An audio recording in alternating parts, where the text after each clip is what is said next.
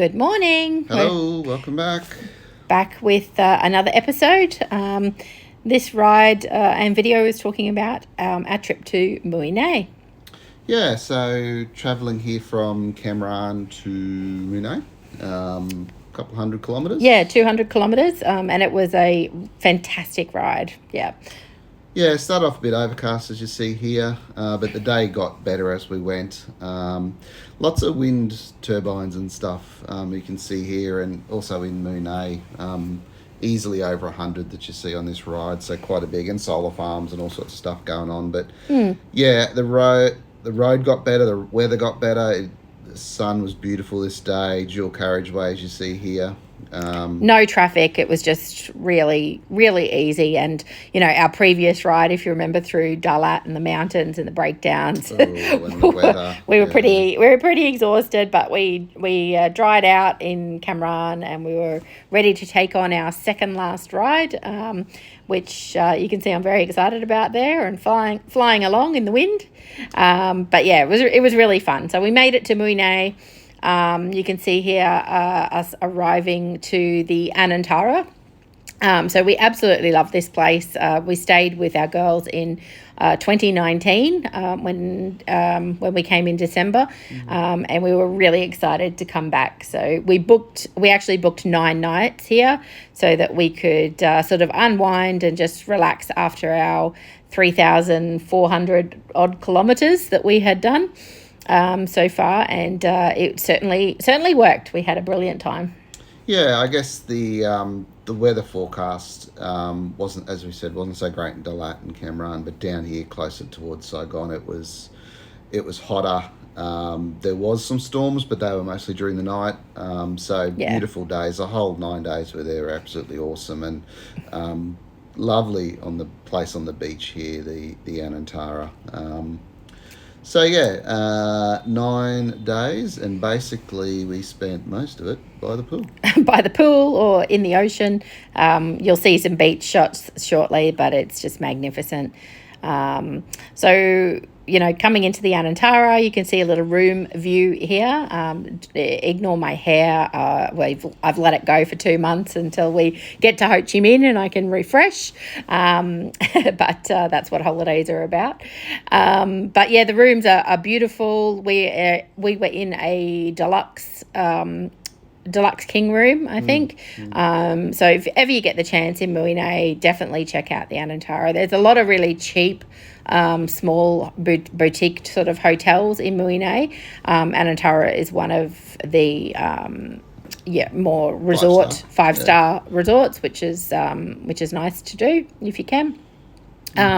Staff really looked after us, beautiful people. Absolutely loved it. Yeah, so I guess we wanted to get back and we wanted to do some more beach stuff. The beach here is one of the best ones that we have. Oh, absolutely. Seen. Yeah, sand is beautiful. We could swim in the ocean. Probably one of the best beaches we've had.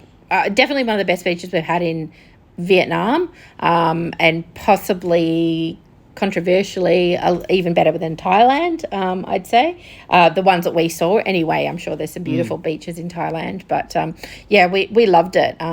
The staff in Anantara, the lifeguards and that are really helpful. Like as soon as we sort of left the pool and wanted to go to the beach and swim in the ocean, one of the lifeguards would come with us and sit on the lifeguard chair and just observe and make sure that we were safe, which was really nice.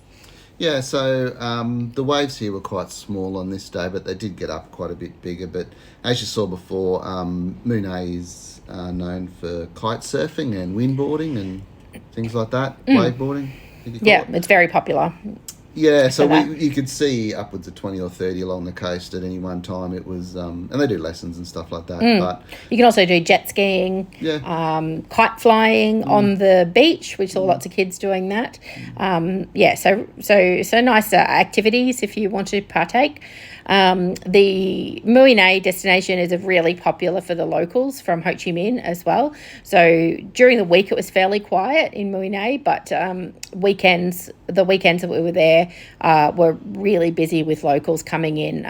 The hotel staff said that they come for the cheap seafood and the seafood restaurants along the coast. And you'll see some shots coming up of the fishing boats out in the ocean. So they're out there early morning, late night, catching the seafood, and then they sell it from the trawler, and obviously to the seafood restaurants and things like that too.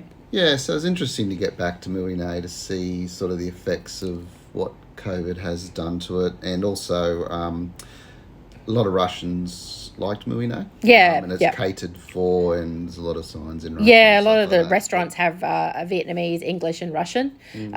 But unfortunately, obviously, with the impacts of the war with Russia and Ukraine, the Russian tourists really haven't returned. So we didn't, saw very few. No, there was tourists there, and it was good to see that. It was probably busier than other spots that we've been, except for probably Nha Trang and Da Nang. But so it was starting to recover, and all the restaurants that were possibly going to be open were open. So it does have a good restaurant scene and a good foodie scene. We had Indian a couple of nights, we had Italian a couple of nights, and we also went to a real good, I guess you'd call it a court, but a food place on the water that had varying types of food trucks and stuff. So it is really set up. It's basically a big long stretch, a big long road, probably over 8 to 10 kilometres long, with restaurants and accommodation on both sides, and that beautiful beach that you see there. So and flew through the drone up, so you can see the big stretch either side of the resort. But yeah, we've got some really special memories of Mui Ne, and we've been back quite a few times. Our first time was in 2010, and we spent some time here with our my great uncle and aunt, who sadly passed away now. But mum and dad and my uncle and aunt actually stayed in Mui Ne for quite a long time, 2010. And so it was really nice to come back and feel very close to them all and have those memories of this really lovely place. Yeah, I guess it was a good sort of a bookend to this second part of the trip, where we could spend a good period of time relaxing on the beach and in the pool and reflecting on our adventures and our trip, which we did a lot. Yeah, we also did some maintenance on the bikes that you see coming up. We put a new carburetor on Carly's bike. It was playing up a bit and not starting when it was hot, so it was good to do that. It was relatively cheap, and we washed the bikes. But some of the sunsets here are absolutely amazing. Like this one here. Yeah, this is at the Pit Stop food court that Aaron was just talking about. But yeah, just absolutely crazy. Yeah, the blues and the pinks there coming over that peninsula was... Yeah, so Mui Ne is obviously on the east coast of Vietnam, so you wouldn't expect to have these glorious sunsets over the water, but like Aaron said, it's sort of like a peninsula. So you get the sunrise and the sunset, which is very unique and lovely to see. Yeah, so we did, as I said, the weather was beautiful, the beach was beautiful, these sunsets were awesome. We got to experience some great food along the way there, got some maintenance done on the bike, just spent a great 9 or 10 days there, just relaxing on this second part of the trip, and we really wanted to come back and see what it was like, and it didn't disappoint at all. It was fantastic. Still great. Yeah. So after Mui Ne, we just have one more ride down to Saigon, which is about the same as Cam Ranh to Mui Ne, so about 200 kilometres. So we are doing that on the 2nd of December. Yep. And our bike adventures will be over. So we're excited for the next stage of our trip, which is to see our beautiful girls and my brother, Tony, which we are so excited about, and also the Crichtons. So we still have about a month of adventures, which we can't wait to continue showing. All right. Thanks for watching, everyone. See you later. Bye.